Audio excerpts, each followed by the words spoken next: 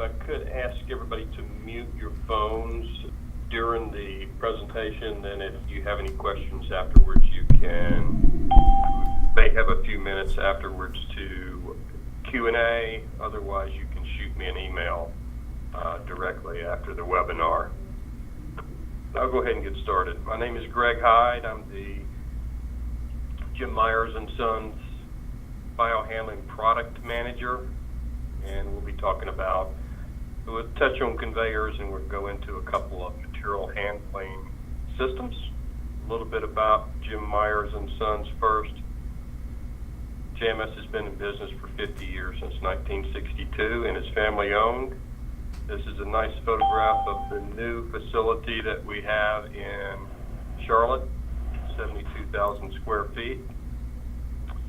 And we have our sales, engineering, and manufacturing all together under one roof. We're real proud of the facility and welcome anyone who's in Charlotte to stop by for a plant tour. Here are just a few of the latest installations for JMS. As you can see, they started regionally and then went national with the national rep network. And the JMS product line, real briefly, JMS does a lot on the clean water side with flocks, plate sellers, and some other systems on the clean water side. Delta separation is primarily on the headwork side, compactors, classifiers, decanters. EcoAir is a low-profile cascade aerator system, and then we have the Bio-Handling, which is about 50% of the JMS.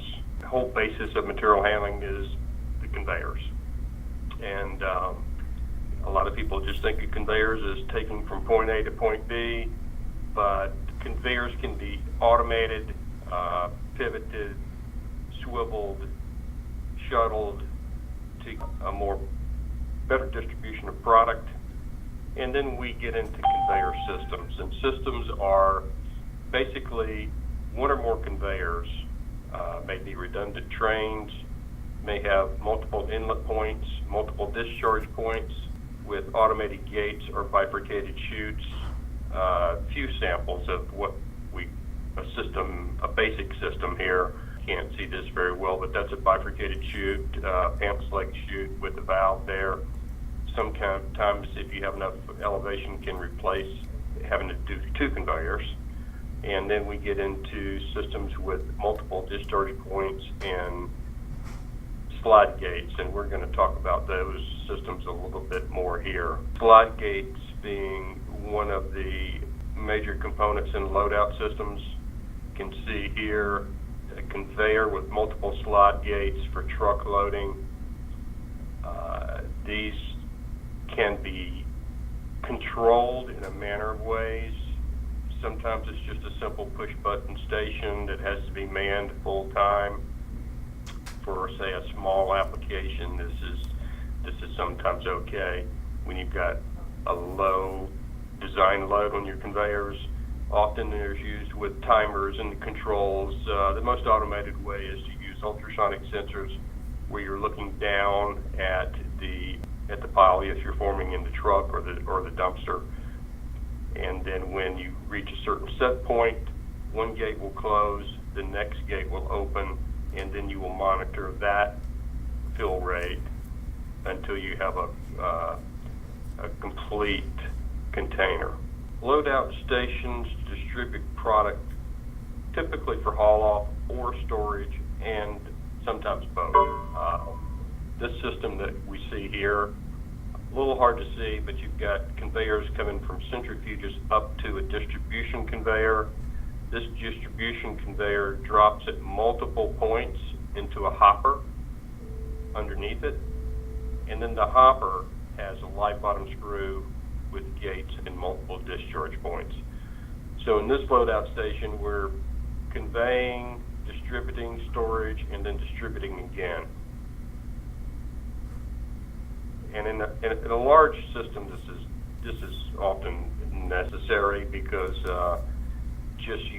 With a large system, you need to automate it. Here's a loadout system for probably a smaller system. With the elevation of these conveyors, I'd say this is probably for a dumpster.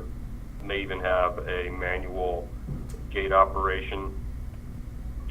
Here you can see this loadout conveyor is fed from the back end and then conveyed toward the drive or pulling drive with 2 gates, and the last discharge point being open. We don't need a gate here. The last discharge point is always without a gate as a safety measure.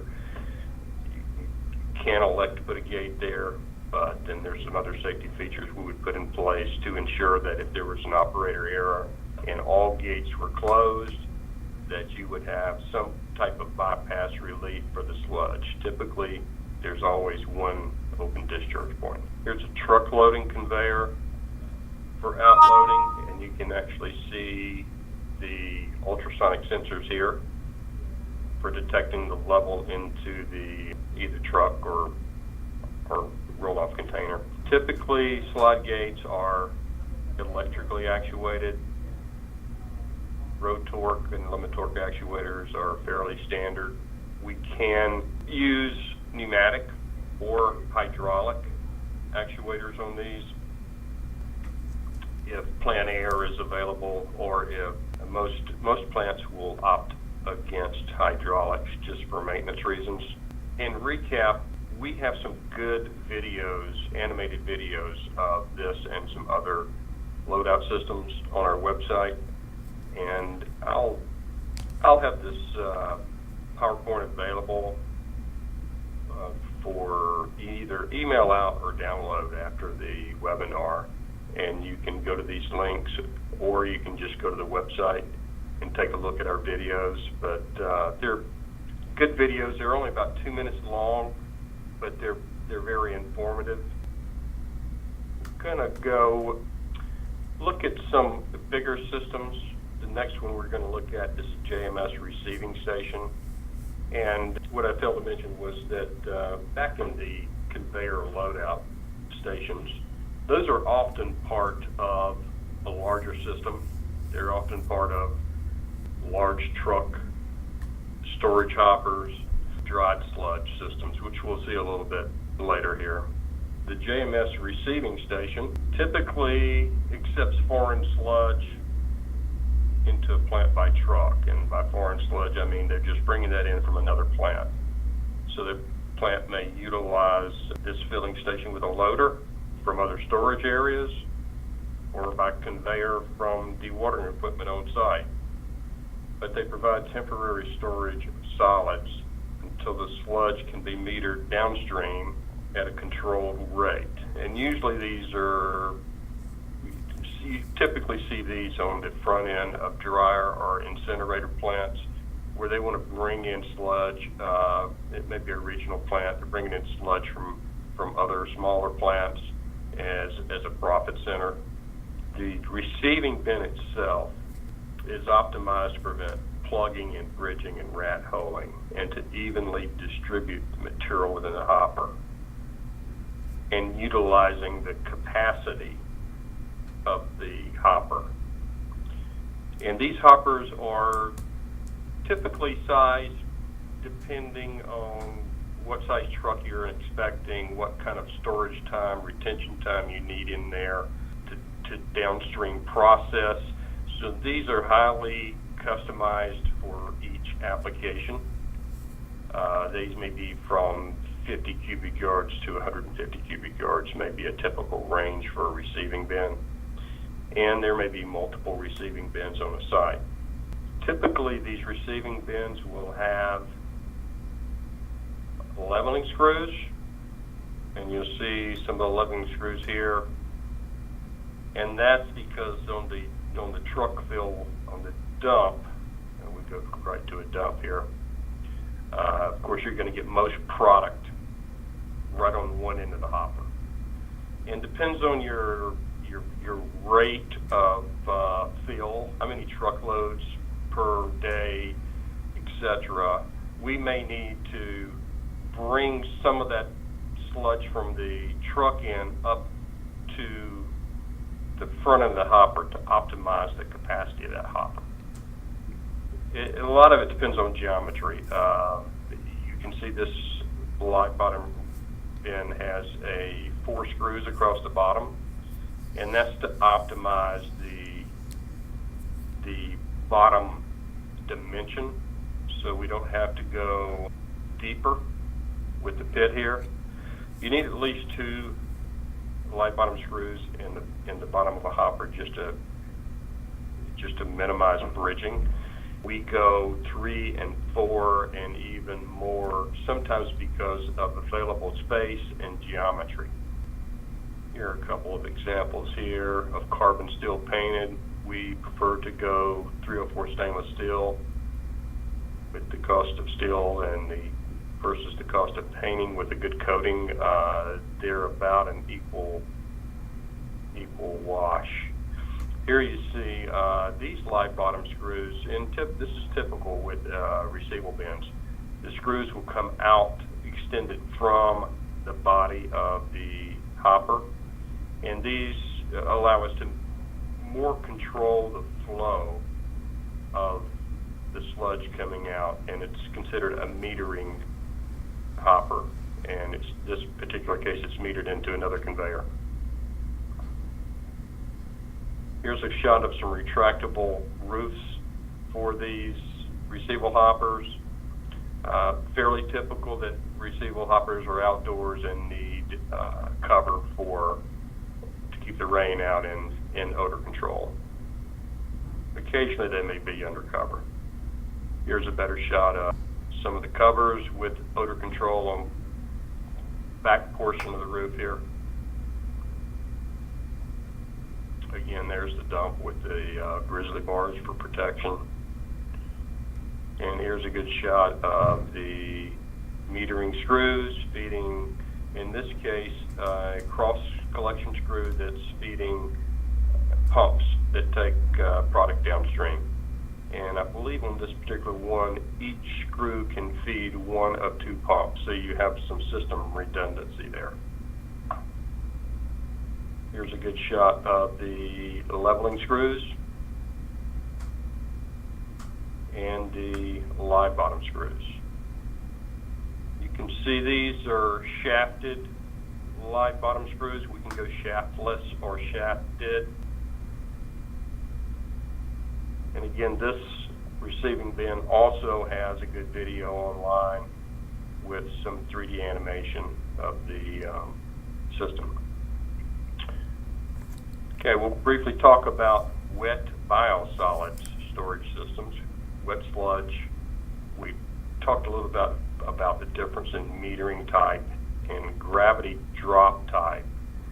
That's gravity drop is when we're loading trucks underneath this hopper. And the advantages of storing and distributing this sludge from a big hopper is for staged flexible haul-off times at peak hours. Typically these are going to be large plants. This particular hopper was in Woodinville, Washington. I believe this is about 150 cubic yards. And here it is going up. You can see the scale of it. And here's the bin in the shop. And here's looking up at the gates after installation. You can see these are quite large gates. These are spanning probably 4 screws in this direction.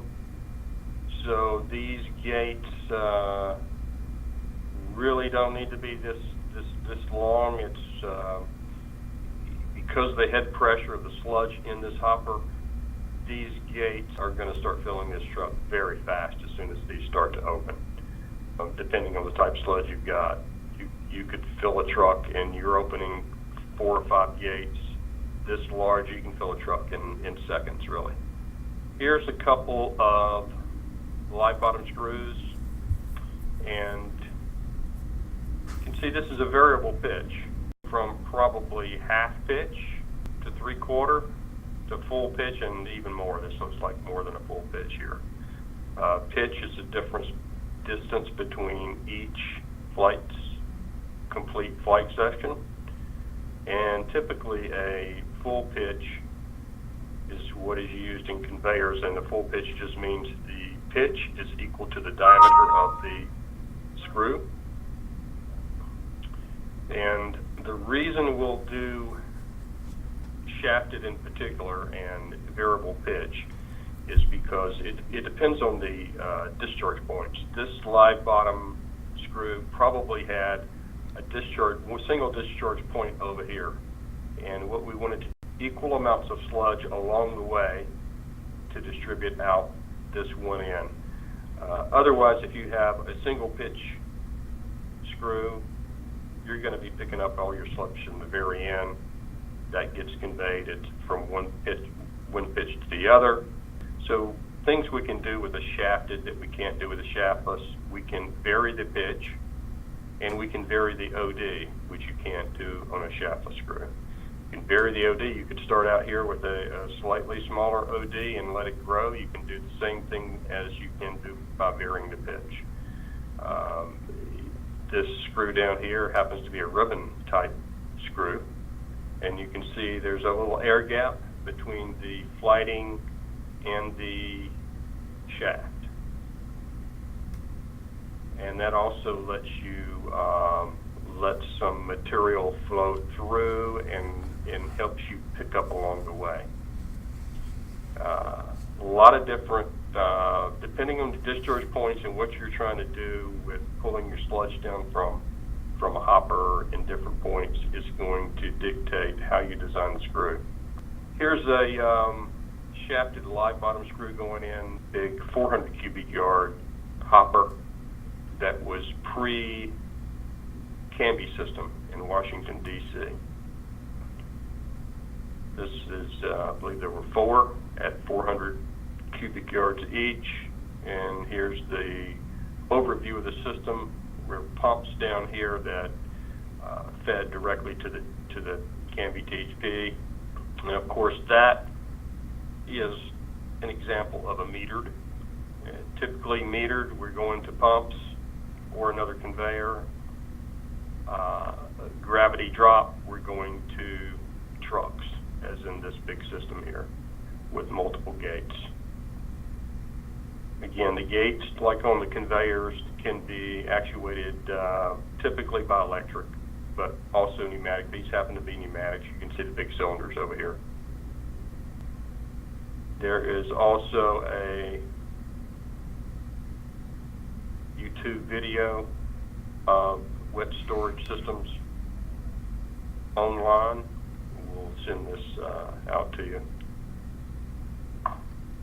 And lastly, we'll look at dry biosolids systems. And this is for obviously biosolids that come out of a dryer that's around 92-95% dry solids. It's also an explosive product, especially in airborne dust when you've got any storage system or even in the back of a truck. So it has to be built to NFPA, National Fire Prevention Association standards, and the level of these standards is dictated by either the insurer of the plant or the local fire marshal, ever who has jurisdiction over that plant. And so on dried sludge, the sludge actually has to be tested to find a certain Ka explosive value. So the weak seam covers or blowout doors and explosion vents can be designed to that value. This is a system in Wilmington, Delaware that JMS designed. We're taking up dried sludge from the dryer through tubular drag chain conveyors to the top. And we've got dust control up here that takes back down to a bag house for dust control there. We've also got venting, we've got CO2, CO sensors, temperature sensors, we've got a nitrogen purge system as this dry sludge is drawn down, Nitrogen is forced up through vibrating nozzles and displaces any oxygen, so there's no oxygen for explosions. We got a bin activator down here with an airlock that flows into a conveyor with multiple discharge points and retractable chutes that go into a truck. The chutes even have their own dust control on them. They're also self-leveling. When the sludge starts to rise in the bed of the truck, the retractable chutes move up. And then we did controls to tie all this system together. It's a safe method of storing and distribution of an explosive product and reduces the liability to the owner. And here's the system in Wilmington. You see the distribution conveyor here, retractable spouts here, but you can see a little bit here. We've got a expandable, flexible chute, completely electric, automated. This is the nitrogen system. This is an insulated 3,000-gallon tank with a vaporizer system being fed up to the silo. We just got another order for one of these in Savannah, Georgia, with a Huber dryer, and we're working on a couple others in design. Again, there is a very good video on this also online, and I can send you a link to that. The last slide to finish up, this is a system we did in Statesboro, North Carolina, and it just happens to have just about a little bit of everything. We've got the wet sludge storage hopper here. We've got 2 receivable bins here. They're all feeding a belt conveyor that goes up to a pug mill. This is not for dry sludge storage, but this is for dried lime. Lime is conveyed into the pug mill mixed with the wet sludge. Wet sludge is moved up by belt conveyor to another cross conveyor that stores the material and distributes it. So one of the systems that's got just a little bit of everything there. And if you've got any questions or want to contact me directly, the best thing to do is just shoot me an email, and we'd be glad to work with you on any applications that you got. If not, we'll conclude this, and thank you all for coming, and appreciate your time. Thank you.